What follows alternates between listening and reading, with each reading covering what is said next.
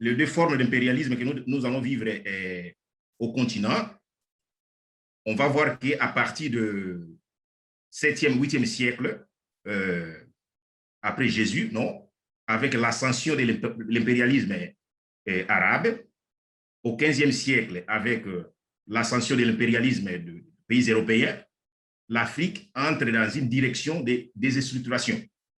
Alors, il y a une crise, ce qu'on appelle dans la philosophie la crise du Muntu. Muntu, c'est la personne.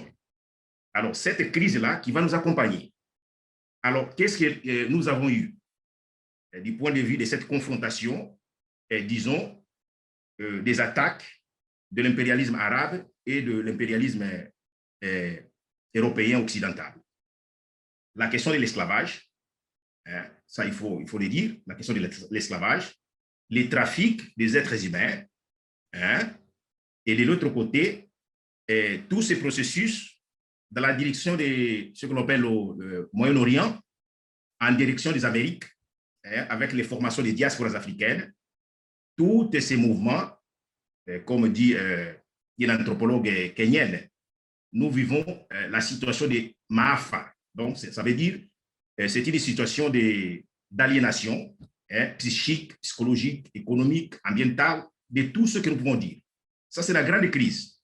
C'est pour cela que je suis en train de dire, quand nous voulons penser les mouvements sociaux ou les mouvements sociaux, du point de vue de l'Afrique, il est vraiment important de voir l'histoire dans sa longue durée. De ce point de vue, quand d'une part, nous avons les attaques, de l'autre côté, on a des réactions. Ça veut dire que les populations africaines ont réagi. Au Moyen-Orient, aux Amériques, même dans les continents. Alors, de ce point de vue, les réactions africaines visent quoi? Les réactions africaines vont dans quelle direction? Moi, je dirais, si la crise, dans un moment, c'est une crise qui est, je dirais, une crise ontologique, une crise qui affecte tous les plans, les Africains au continent, dans les diasporas et même dans l'actualité, il y a des mouvements de récupérer les paradigmes. C'est les grands débats, par exemple en Amérique latine, de ce que l'on parle du paradigme de bien vivre. Alors pour nous, il y a des intellectuels qui sont en train de débattre la question de la philosophie de Ubuntu, l'être étant. Il y en a qui font les débats sur les Mahats et sur les Kalunga. Bon, par exemple ici, ça c'est une ce que l'on appelle c'est une cosmoperception du peuple Bakongo. Ça c'est les Kalunga, les cosmogrammes des Kalunga. En soi, ça représente ce qui est la réalité, ou l'être étant. Cette réalité, Kalunga, c'est les symboles de l'infini. Ça veut dire en même temps, ici, ce que Tchamale Gantoumba appelle la réalité comme l'être étant qui est processuel, multiforme et en même temps global. Et ça, c'est l'idée. Mais cette philosophie, elle a été attaquée à tel point qu'on nous a imposé un modèle rationaliste européen. Bon, là, je vais vers la fin ici. Ce que je dirais, même quand nous voyons les mouvements sociaux, des formes générales en Afrique, ça dépend, même quand ces groupes luttent pour la question de l'identité, luttent pour la question du territoire, mais ce qui est en tout, les droits que ces populations sont en train de chercher en soi, ce sont des droits qui visent cette dignité, mais une dignité dans sa globalité. C'est ce que moi j'appelle les droits biocosmiques. Les droits biocosmiques, ça veut dire qu'il ne s'agit pas seulement de lutter des droits des hommes, les droits de l'homme, séparés comme si l'homme ou les hommes n'étaient pas en relation avec la nature. Alors l'idée est spécialement de ce que j'appelle les droits biocosmiques, ça se relationne avec la reconnaissance de la dignité de ce que j'appelle la communauté de vie, l'entour, la communauté de vie et la vie pleine. Cette communauté qui se manifeste dans 3 formes de vie particulières. La communauté sacrée ancestrale, la communauté univers nature et la communauté bantou ou des êtres humains. Alors, la grande idée aussi que toutes les communautés ont des relations, se relationnent. Il y a l'interdépendance de ces communautés. Quand vous blessez une communauté, par exemple de bantou, vous blessez la communauté de la nature ou du sacré. C'est un peu ça. Bon, vers la fin, ça c'est, je suis en train de mettre ici c'est un cadre. Moi, je vais vous faire un cours ici à l'université sur les genres dans les cours des relations internationales et le développement africain. J'ai travaillé avec les femmes africaines. Alors, par exemple, je vais donner un exemple de la reine Nzinga. Nous sommes en Angola. Quand nous sommes au XVIIe siècle, les Portugais ont envahi cette région. Et la reine Nzinga, elle défendait son territoire, mais en même temps aussi la communauté sacrée ancestrale, en même temps aussi les personnes qui vivaient avec la reine Nzinga. Il y a une autre figure que j'ai travaillée, par exemple la reine Al-Kwatoune. La reine Al-Kwatoune, elle était aussi de la région du Congo, du royaume du Congo. Elle a été esclavagisée à Pernambouc, ici au Brésil. Après, elle a fui là où elle était mise en esclavage pour aller rejoindre la grande communauté de Quilombo, les Quilombo de Palmares. Donc, elle est la grand-mère à Zumbi de Palmares, où nous savons que là, les Noirs africains qui étaient en esclavage, ils avaient fondé la première république, la République de Palmares. Alors, quand nous allons à fond aussi, là, nous verrons, ces populations cherchaient, ce qu'ils cherchaient en soi, c'est défendre ce que j'appelle les droits biocosmiques. Les droits biocosmiques dans le sens où la communauté sacrée ancestrale, la communauté univers nature et la communauté des êtres humains, leur dignité doit être valorisée. Bon, c'est un peu ça l'idée que je propose ici pour cette table sur la démocratie et les droits des personnes. Et merci.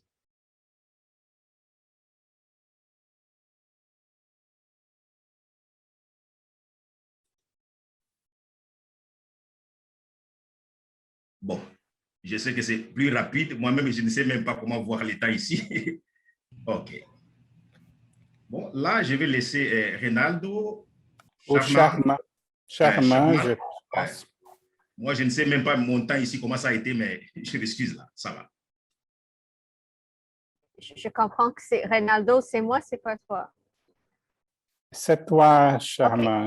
OK, je vais vous demander, est-ce que vous entendez beaucoup de bruit de fond? Ou est-ce que ça va?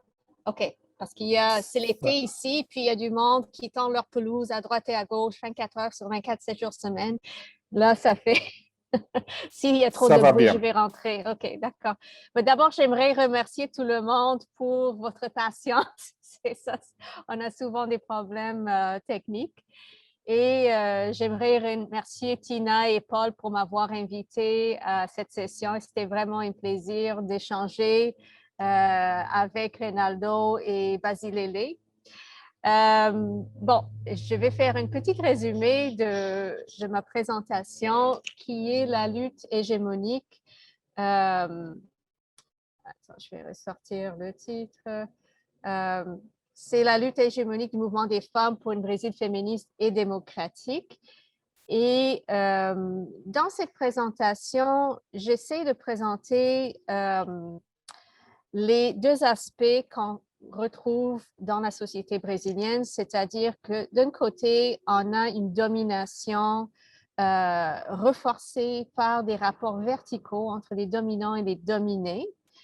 Et de l'autre côté, on a des rapports horizontaux qui sont représentés par la solidarité entre les dominés et les exclus. Et donc, on trouve deux tendances lourdes à travers l'histoire brésilienne, la domination par l'élite, la concentration des ressources, l'exploitation des classes populaires d'un côté, et la résistance et la contestation de cette domination par des organisations sociales et politiques à travers les différentes générations de mouvements sociaux. Dans ce dernier, on trouve aussi des valeurs, croyances et pratiques de solidarité, de justice sociale, droit et dignité humaine et égalité. Donc, j'utilise le concept gramscien de lutte hégémonique et qu'on comprend par une lutte culturelle qui comprend les pratiques quotidiennes, les croyances collectives et enfin, en ce sens, une méta-narrative. Et puis, c'est ça ce qui m'intéresse surtout aujourd'hui parce qu'on trouve qu'il y a vraiment une polarisation aujourd'hui entre deux métanarratifs. au Brésil, un métanarratif de domination très patriarcale, une domination patriarcale, classiste, raciste, hétéronormative, basée sur une hiérarchie sociale, économique, politique, où certains groupes jouissent des privilèges et qui est aussi basée sur le soi-disant harmonie sociale, où tout le monde accepte sa place, il y reste, et puis tout va bien, il n'y a pas de conflit. Alors, il y a ce métanarratif, mais il y a aussi une autre métanarratif, comme je disais, de justice sociale, enfin, d'égalité des droits, des devoirs entre hommes et femmes. Et en fait, ce que remet en cause, enfin, qui vise le démantèlement des hiérarchies, des inégalités qui sont considérées et dites naturelles entre le féminin et le masculin. Alors, aujourd'hui, on a toujours eu ces deux métanarratifs, mais aujourd'hui, il y a vraiment une polarisation. Et c'est vraiment, quand on parle de lutte hégémonique, c'est une lutte pour les esprits, enfin, de tous les Brésiliens, de comprendre vraiment enfin, l'histoire du Brésil, mais aussi les rapports sociaux, les rapports interpersonnels. Donc, dans ma présentation, je présente aussi l'avancée, enfin, un portrait du patriarcat, puis je ne vais pas aller en grand détail, mais aussi des avancées des mouvements des femmes, et mouvements des femmes qui datent de plus qu'une centaine d'années, et puis c'est comme beaucoup de mouvements sociaux, sont des mouvements qui datent de plusieurs années, de plusieurs décennies, où on trouve plusieurs générations de mouvements. Et où on voit aussi que des avancées, des progrès, c'est lent.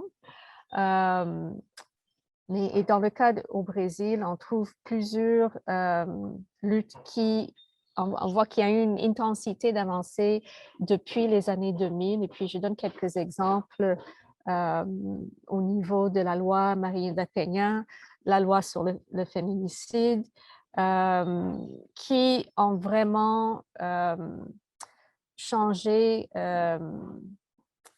enfin, le regard de la violence interpersonnelle. Par exemple, la loi de violence du féminicide intime et fondée et renvoie aux inégalités structurelles du genre légitimées par la mémoire sociale, culturelle et juridique dans le cas des rapports domestiques et familiaux. Donc, même si on peut dire, oui, enfin, il y en a encore beaucoup de féminicides, mais c'est le fait de porter l'attention à la fois dans la loi, mais aussi, enfin, sur la place publique, ce qui est important. Alors, souvent, comme beaucoup de mouvements sociaux, la première chose qu'un mouvement social fait, il apporte l'attention sur un problème. Il dit, on a un problème. On a un problème, et puis qu'est-ce qu'on va faire pour le résoudre? Parce que c'est le fait d'apporter, de signaler qu'il y a un problème. Donc, il y a eu plusieurs changements, puis j'en ai apporté quelques-uns, et puis je peux répondre aux questions, et puis si vous voulez avoir d'autres exemples tantôt. Mais tous ces changements importants qu'on a vécus au niveau des avancées des luttes féministes depuis les années 2000 ont apporté une sorte de backlash, de conflit et de réaction, parce que face à ces changements, la droite conservatrice brésilienne vise un retour aux normes sociales qu'elle estime avoir été perdue en raison d'une modernisation et des politiques sociales progressistes favorisant la diversité et les droits des dites minoritaires. On parle, oui, même si on parle des femmes, on parle d'une minorité politique. Alors, dans leurs croyances, la droite conservatrice trouve que toutes ces politiques vont à l'encontre de l'idéal de la famille patriarcale traditionnelle et, moi, j'ajouterais mythique, dans la vie brésilienne. La rhétorique de la perte est basée sur l'idée d'un retour à l'ordre, à la sécurité et à l'unité, un retour à quelque chose qui a été perdu. Et les rôles, relations et les identités sexuées sont une arène importante dans laquelle il déplore la perte des notions dites traditionnelles de genre et de sexualité. La nouvelle droite brésilienne est l'incarnation de la défense des hiérarchies et des inégalités. Elle veut justement conserver ses privilèges et les inégalités historiques que celles-ci produisent.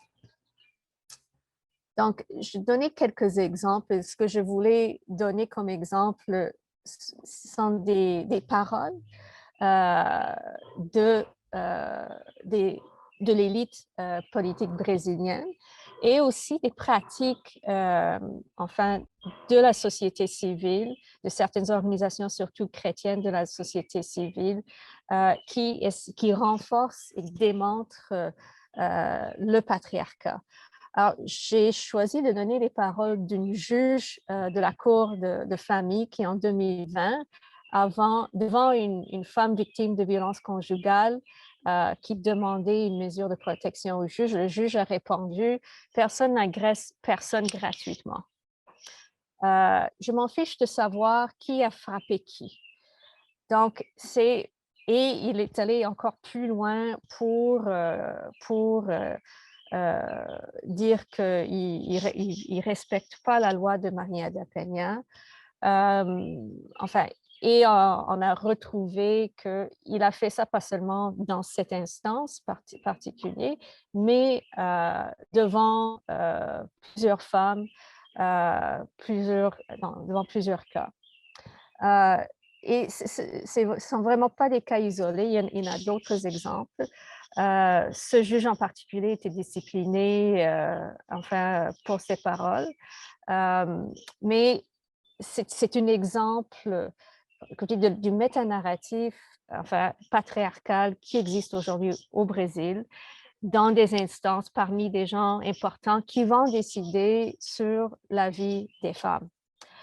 Un autre exemple que j'ai donné, c'est une ONG qui travaille avec des femmes victimes de violences, c'est une ONG chrétienne, qui privilège la médiation comme stratégie pour réduire la violence et améliorer les relations domestiques.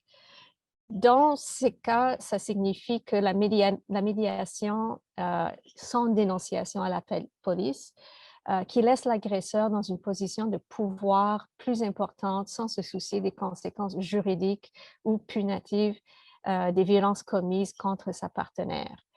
Et le droit de la femme à vivre sans violence est subordonné à l'accent mis sur l'unité familiale, dans laquelle les rôles de genre dits traditionnels sont soutenus, tout comme les relations de genre qui soutiennent le patriarcat et l'importance de l'homme dans le foyer. Dans ce cas-là, le comportement moral de la victime, l'honneur de l'agresseur en cas de trahison présumée ou réelle et le supposé sentiment d'amour incontrôlable lors de la séparation du couple ont souvent été prises en considération. Donc, on revient à enfin, ce narratif patriarcal, enfin, où l'homme est au centre, c'est l'homme qui enfin, qui est le chef de la famille et tous les autres membres de la famille doivent se soumettre à ses volontés, à ses besoins. Donc, devant tout cela, les féministes s'efforcent d'éliminer les mythes sexistes sur la violence subie par les femmes et de construire des nouvelles perspectives culturelles qui n'acceptent plus la violence comme facteur soi-disant naturel dans les relations. Parce que souvent au Brésil, on va pas, on va condamner ce comportement des hommes violents, exploitatifs, mais on va dire, ben là, c'est sa nature. Voilà, donc, on va revenir à une sorte de fatalisme, disant c'est sa nature, il faut accepter et il faut que la femme soit la martyre, joue la martyre et se soumet à se faire accomplir. Alors, les féministes essayent de démanteler cette lecture et d'en construire une autre. Il ne me reste pas beaucoup de temps, mais je voulais aussi apporter l'attention à l'influence du gouvernement Bolsonaro, pas seulement du figure de Bolsonaro, mais de son gouvernement qui comprend sa ministre de la condition féminine, la ministre Damaris, qui est une pasteur évangélique et qui a déjà déclaré que la norme idéale de la société est une femme qui passe la journée à la maison et qui a un mari qui le soutient. Selon elle, dans la doctrine chrétienne, on comprend que dans un mariage entre un homme et une femme, l'homme est le chef. Et ça vous donne une très bonne idée, enfin, de comment on va formuler des politiques publiques, enfin, pour la famille. Et puis l'influence que, l'impact que ça sur la société brésilienne.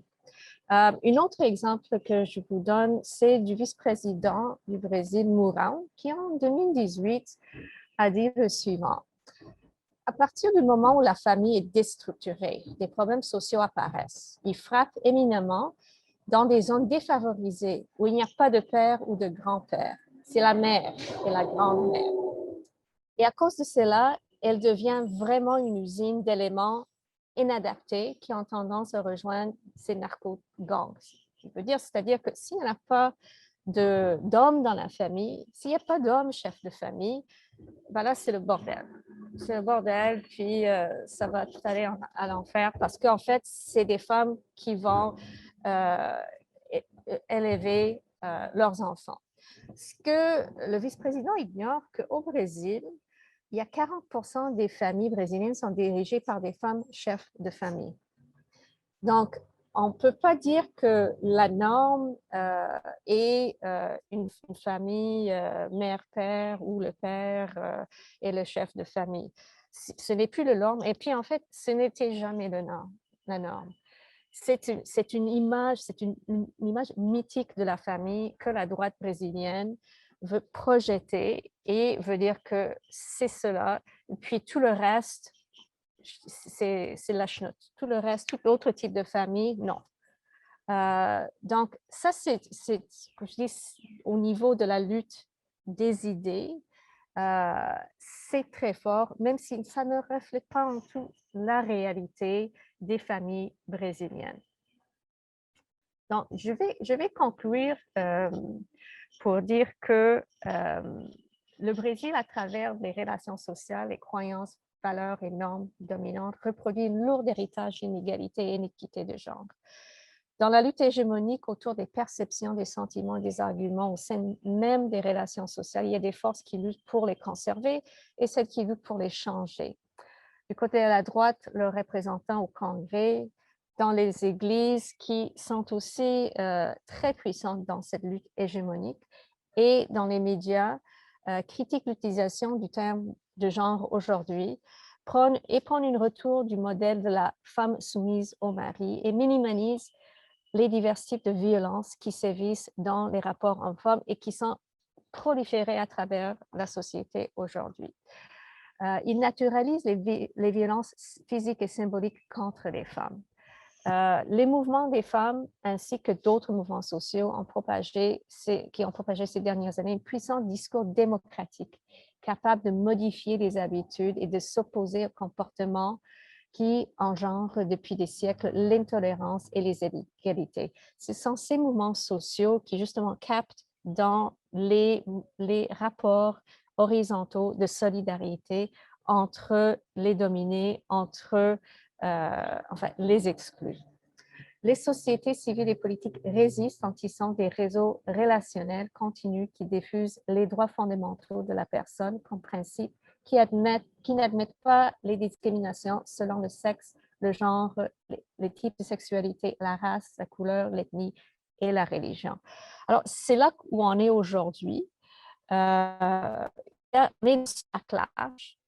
On est avec une droite qui est au pouvoir, qui a énormément de pouvoir, mais on est aussi avec des mouvements sociaux qui continuent à résister et qui continuent à croire qu'une autre Brésil est possible, une rupture avec le passé patriarcal, raciste est aussi possible. Merci beaucoup. Merci beaucoup, Germaine. Merci, Charmaine. Je pense que les mouvements sociaux démontre qu'il y a enfin en vivant un autre Brésil non colonial qui est plus fort, plus dense, plus extense et qui résiste et qui réexiste à ces mouvements antidémocratiques, autoritaires, coloniaux que nous souffrons aujourd'hui. Je pense qu'il est aussi symptomatique l'expression de ces politiques que fait Efraim Charma, qui dit que les familles coordonnées par les femmes, que c'est un grand part des familles brésiliennes qui sont plus matriarcales, sont une menace à l'institution de cet État autoritaire. Et je remarque aussi l'importance et la force des femmes dans les mouvements sociaux en général, les mouvements populaires, et surtout dans les mouvements de résistance et réexistence des peuples originaires, soit de la Abya, soit de l'Afrique. C'est pour ça que je considère, je suis très content d'être en dialogue de connaître Basile et Charma avec leurs recherches, parce que je trouve une connexion très forte avec les recherches, les propositions qu'il fait.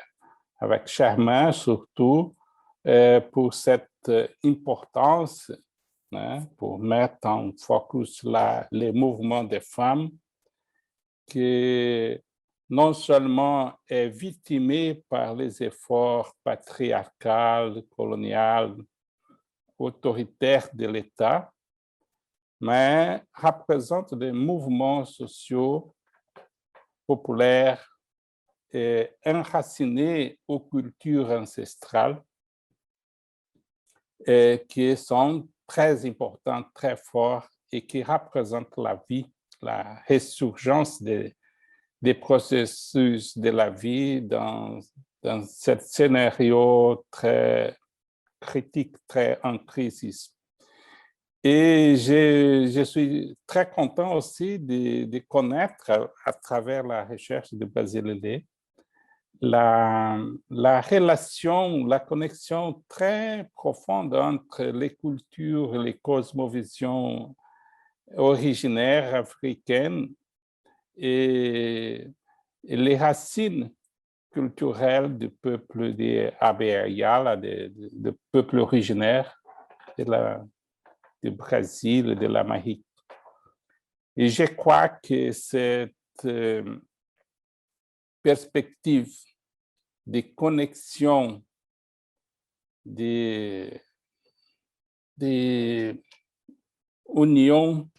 de conversation, d'articulation entre les peuples et les mouvements populaires des racines ancestrales puisse ressurgir et surmonter et supérer ces débâcles de la démocratie libérale, de la démocratie de l'État-nation que nous avons, qu'aujourd'hui nous trouvons en grande crise. Et si je suis capable, je vais partager avec vous la résumé de ma présentation et comme ça faciliter notre débat.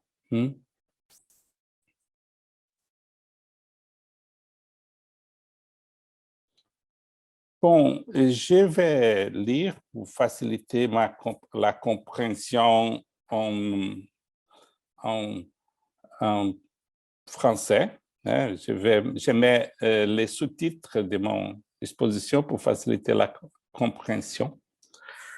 Et je considère que l'humanité aujourd'hui est un risque imminent d'effondrement écologique mondial, d'une guerre nucléaire et de destruction des régimes politiques démocratiques.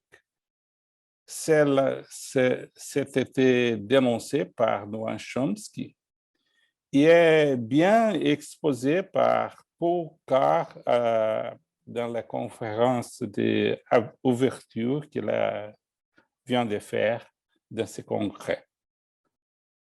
Donc, la construction de la réinvention de la démocratie, qui est le bastion pour la défense de la durabilité et de la paix, devient urgent et stratégique pour surmonter les frontières d'exclusion, particulièrement l'autoritarisme, la nécropolitique, le spécisme, et dans la communauté des humains, comme on dit Basile Lé, le racisme, le patriarcalisme, les inégalités sociales.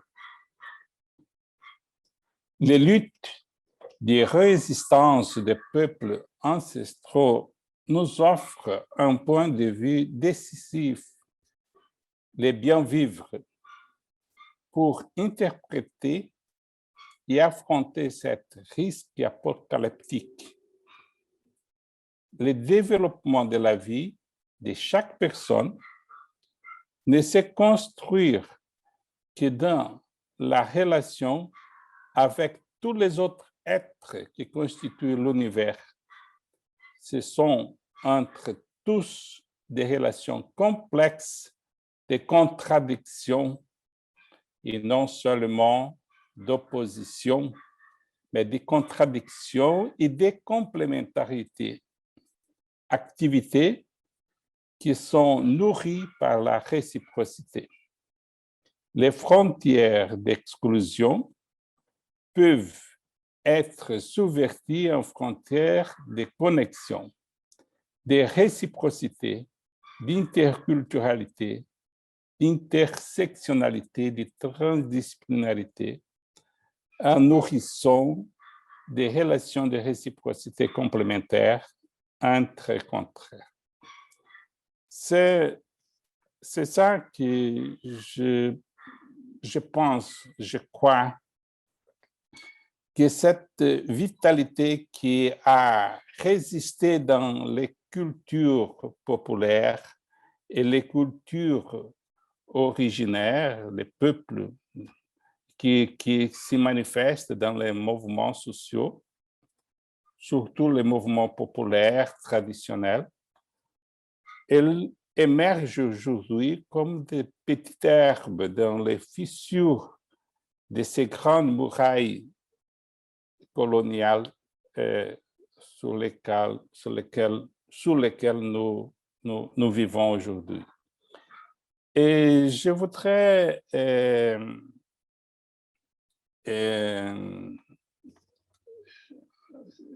finaliser ma exposition avec les demandes que je pose à Charmain et à Basile Lé, qui est écrit dans les chats. Et comme ça, je transfère la parole à eux et à vous pour poser vos questions. Merci.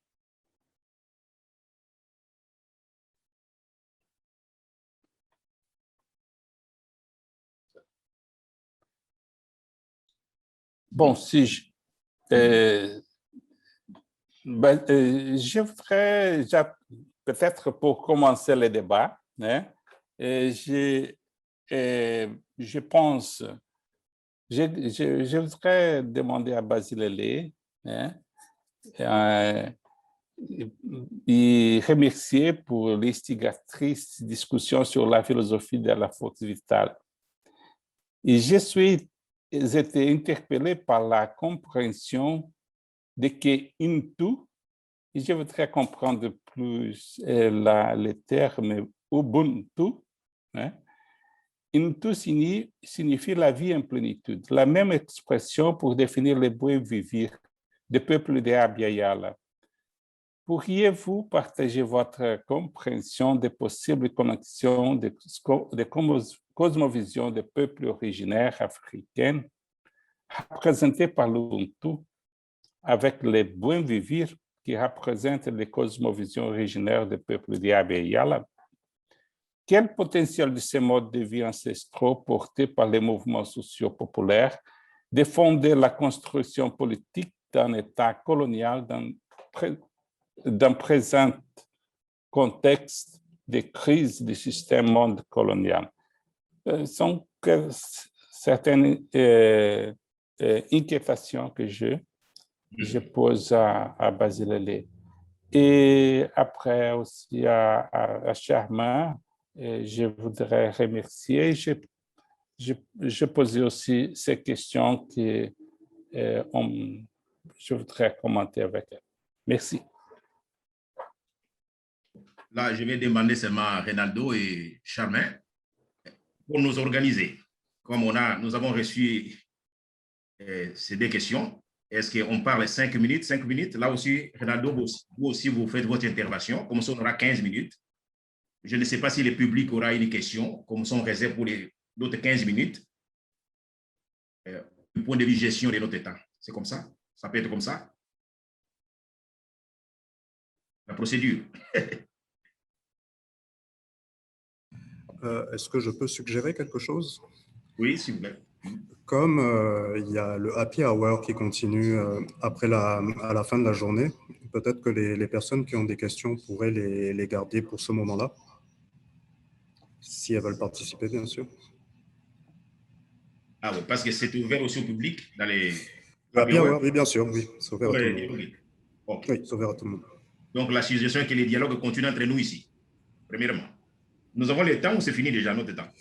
Il reste 5 minutes. Ah, pardon. Vraiment désolé à cause du problème technique du début de la session. Mais nous sommes obligés d'aller là-bas ou on peut gérer les temps ici? Non, c'est 5 minutes parce qu'après, nous, on doit se préparer pour une autre session, en fait. Ah, OK. Je peux rester un autre 10 ou 15 minutes si vous voulez continuer. Bon. Il y a quelqu'un qui peut rester? Sébastien, le technicien, peut rester. Oh, oui, je peux rester. Question des temps, OK. Ouais. Merci. Ouais. Alors, moi, je vais être aussi rapide là pour répondre. Hein. Mais je vais faire ceci. Je vais ici passer quelque chose.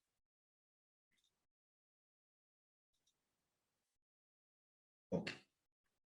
Ça, c'est la revue appelée Odoo. Ça vient de sortir. Hein? Groupe de jeunes qui se sont organisés. Mais je vais ici passer une matière qui a été publiée dans cette revue. Cette revue réunit le maître des savoirs indigènes et afro-brésiliens en général. Hein? Bon, maintenant, je voudrais ici, avant de répondre à la question, et ça, c'est le maître Negro Bispo, c'était Quilombola. Il écrit aujourd'hui sur les concepts de contre-colonisation et non ce qu'on appelle la décolonialité. Ces concepts viennent de Quilombo. Hein?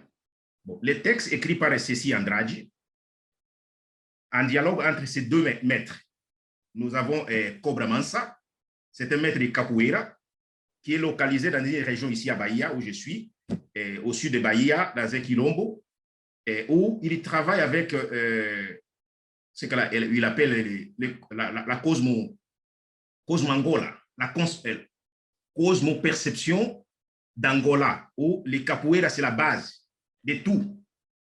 Donc, la pédagogie, c'est à partir des capoeira. Et lui, maître Bispo, c'est à partir de Quilombo, d'où il nous amène les concepts de la contre-colonisation. Qu'est-ce que je vais dire avec ça? Bon, bien sûr, moi je suis à l'université. Quand nous regardons la dynamique des mouvements sociaux au Brésil, la population noire brésilienne, surtout les activistes et les intellectuels, nous avons un agenda pour ce pays.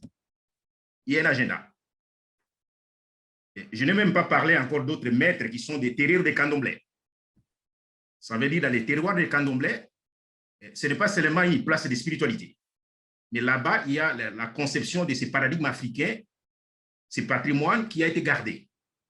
Et en ce moment, notre travail, c'est de réactiver ces paradigmes ancestrales africains à partir de Quilombo, à partir des capoeira et d'autres. Comme vous le savez, la culture brésilienne, elle est beaucoup influencée par l'Afrique. Les grands problèmes est maintenant arrivé, par exemple, Ronaldo, au niveau de Bolivie ou d'Équateur. Parce que là, nous avons eu les dirigeants qui se sont responsabilisés pour mettre en place le paradigme ancestral avec tous ces problèmes, comme nous le savons. En Bolivie, par exemple, ou Équateur, on a vu comment la politique s'est après directionnée. Les dirigeants africains ont encore de grands problèmes pour reprendre les paradigmes ancestrales, pour les mettre même dans la construction des États. Maintenant, votre question. Historiquement, bien sûr, nous avons les États africains fonctionnaient sur base de ces paradigmes ancestrales. Ce que j'appelle des formes historiques de fonctionnement des États africains. En Égypte ancienne, Nubie, les royaumes du Congo, vous prenez le Mali, Ghana, c'est comme ça que ça fonctionnait. Hein? L'autre question, là, pour finir. Les grands débats que nous sommes en train de faire ici en Amérique latine, non, comme vous le dites là, par exemple, la question de l'intégration de l'Amérique latine, ça ne peut pas aller dans une généralisation. Parce que des fois, les populations noires, ici en Amérique latine, des fois, l'agenda des populations noires n'est pas contemplé. Les afrodescendants, qu'on appelle les afrodescendants. Notre agenda n'est pas contemplé dans d'autres pays comme Bolivie, par exemple, ou Équateur. Même quand nous prenons l'agenda du féminisme dirigé par les Blanches, vous ne verrez pas que l'agenda des femmes noires est là. C'est très différent. Et par exemple, là, ça serait très intéressant de dialoguer avec les femmes noires. Là, vous avez deux perspectives de féminisme. Le féminisme noir, des femmes noires, mais vous avez aussi ce qu'on appelle le moulirisme. Womanship, je ne sais pas comment en anglais ça, non? Il y a d'autres tendances. Il y a d'autres tendances. Pas toutes les femmes afro-brésiliennes qui accompagnent le féminisme comme le modèle est dominant. Bon, il y a un texte de Tula, du point de vue débat sur la construction d'un nouveau État. Ce texte s'appelle une nouvelle constitution, non, le constitutionnalisme du point de vue de, comment on appelle ça, du point de vue de Ame Africa. Ame Africa, c'est le concept de Leila González. Ame Africanidade. Landino. Landino, c'est les bossals, non? C'est les noirs qui a été dominé, qui a été mis en essai. C'est l'exclu des exclus. Alors, cette idée de proposer la construction des États, par exemple l'État brésilien, à partir du paradigme proposé par Leila González, ça c'est l'autre sortie. Et ça, c'est une femme qui est en train d'écrire. Alors, les débats que nous sommes en train de faire au Brésil, c'est à partir de ça. Notre contribution viendra des terreaux de Candomblé, des capoeira, des quilombo, et nous avons bien sûr un modèle pour le Brésil. Et c'est le paradigme qui est le paradigme africain. Là, les comparaisons, par exemple, de la question, moi, je fais partie d'un groupe, et chaque fois, j'apprends beaucoup avec, surtout les intellectuels indigènes en Amérique latine, à Mami, par exemple, de Bolivie. Il y a d'approche. Bien sûr, il y a d'approche. Par exemple, l'idée de Pachamama, la maille, la terre comme la mère nutricière. Et si vous prenez l'idée, par exemple, en Égypte, non, la société égyptienne, elle est construite sur l'idée du Ra ou Aton. Donc, c'est la divinité, les soleils, par exemple. Les soleils commandent toute notre conception du monde. Mais ce n'est pas seulement l'Égypte. Vous les trouvez aussi au Congo. Le système Kalunga, ce que j'ai montré ici, c'est un système où vous avez le soleil et la lune, mais c'est la vie dans sa totalité qui se complète. Alors, nous avons d'autres mythologies, d'autres philosophies aussi, comme Yoruba, par exemple, ce qu'on appelle les mondes invisibles, qui est les Oru, et les Aye, qui est la terre que nous vivons ici, sont complémentaires. Et nous le savons, les hommes viennent de la terre. Et c'est dans cette direction que moi, aujourd'hui, je suis en train de voir les populations noires, en parlant du Brésil, même en Afrique, il y a un paradigme qui, bien sûr, voudrait amener une contribution pour supérer les problèmes, la crise écologique ou les problèmes que nous avons dans le monde. C'est dans cette direction que moi je vois ma réponse.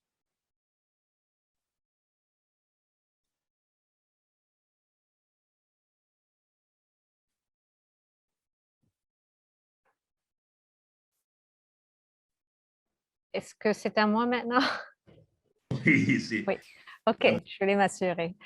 Je vais essayer de répondre à la question de Reynaldo, puis je le remercie pour ses questions. Et puis, j'aimerais remercier aussi Basilele pour sa présentation, super intéressante. Puis, j'aurai quelques questions à lui poser aussi. Mais par rapport à la participation des femmes aux mouvements sociaux, ce que j'appelle mouvements sociaux mixtes, c'est surtout des femmes racisées. Et c'est surtout des femmes racisées qui sont discriminées 3 fois au niveau qu'elles sont femmes, qu'elles sont racisées, et puis pour ses classes sociales, sa appartenance à une classe sociale. Puis là, on peut vraiment voir la question d'intersectionnalité et la façon que ces 3 discriminations, domination s'intercroisent. Mais je vais vous aussi donner des exemples de la protagonisme de ces femmes-là. D'abord, dans le mouvement pour l'habitation que moi, j'ai étudié, où à un certain moment donné, où on voit au niveau local, beaucoup de femmes leaders, des femmes racisées leaders du mouvement urbain, du mouvement pour le logement social vers les années 2000. Et ça m'a attiré mon attention parce que, avant, on trouvait que des hommes leaders. D'un coup, on trouve des femmes racisées leaders parce que c'est vraiment elles qui n'avaient pas accès à du logement social. Des hommes avaient d'autres accessibilités, elles n'en avaient pas. Elles deviennent des leaders, on voit leur protagonisme.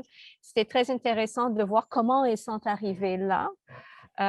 Et je peux vous dire que dans la grande majorité des cas, c'est des femmes qui toutes ont subi de la violence domestique dans leur famille. C'était la règle, c'était pas l'exception de la règle. Alors, il y a ce cas. Il y a un autre cas super intéressant dans la ville de Salvador où ce sont des femmes racisées qui veulent préserver, et urbaniser leur quartier et qui forment un mouvement social, mais qui ne sont pas écoutées parce que pour les leaders politiques, qui sont des hommes blancs, ils ne les voient pas. Ils voient ces femmes. Qu'est-ce qu'ils voient quand ils voient ces femmes-là? Ces femmes leaders locales, ils voient des domestiques. Les hommes blancs, ils voient des domestiques. C'est l'image qu'ils voient. Ils ne veulent pas les reconnaître comme citoyens. Ils ne veulent pas reconnaître que ce sont leurs égaux. Donc, qu'est-ce que font les mouvements sociaux dans ce cas-là? On dérange. Parce qu'il faut déranger. Il faut déranger par d'autres moyens que des moyens conventionnels pour déranger, pour dire non, nous sommes des citoyens, même titre que vous, et puis on exige nos droits.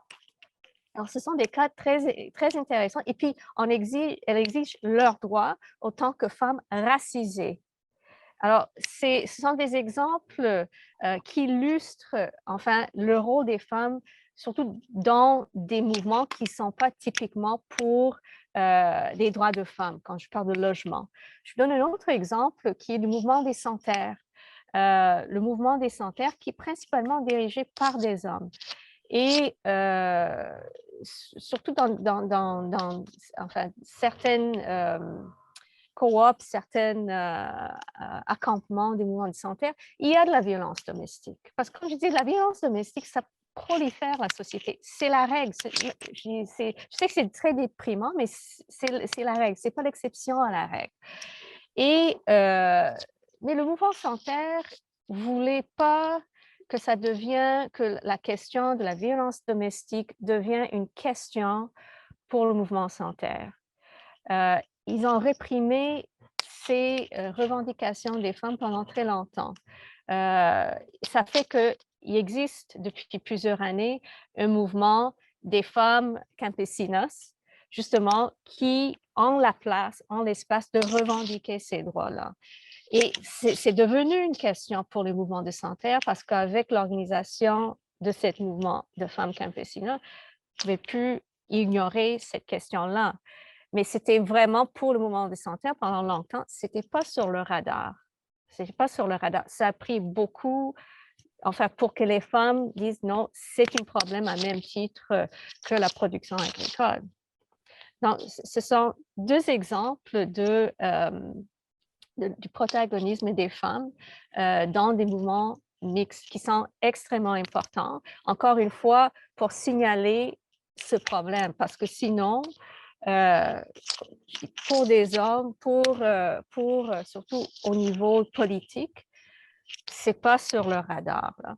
Et aussi, j'aimerais apporter la question que Paul Carr a parlé ce matin au niveau de la solidarité. Qu'est-ce que c'est la solidarité? Et ça vaut entre les femmes de toutes les races, de toutes les classes sociales. Comme je dis, moi, ce que je porte ici, c'est tout à fait normatif. La solidarité, ça veut dire qu'on est là ensemble, on a tout à gagner ou perdre ensemble. C'est-à-dire que comme femme blanche, il faut que j'appuie, je supporte, enfin, toutes les autres féministes, d'autres couleurs, d'autres races, d'autres ethnies, si on veut avancer. Si on veut avancer en tant que société, on est tous là ensemble, on a tout à gagner, tout à perdre ensemble. Merci.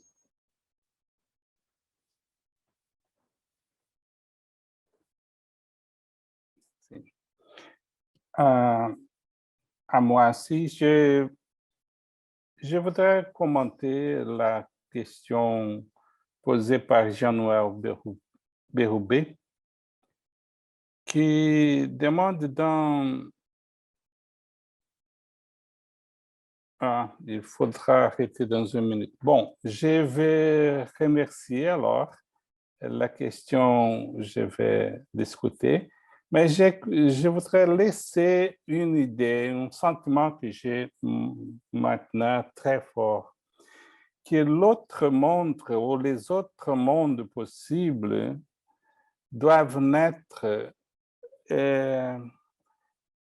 des mouvements sociaux populaires qui déjà travaillent, qui existent, qui résistent et qui réexistent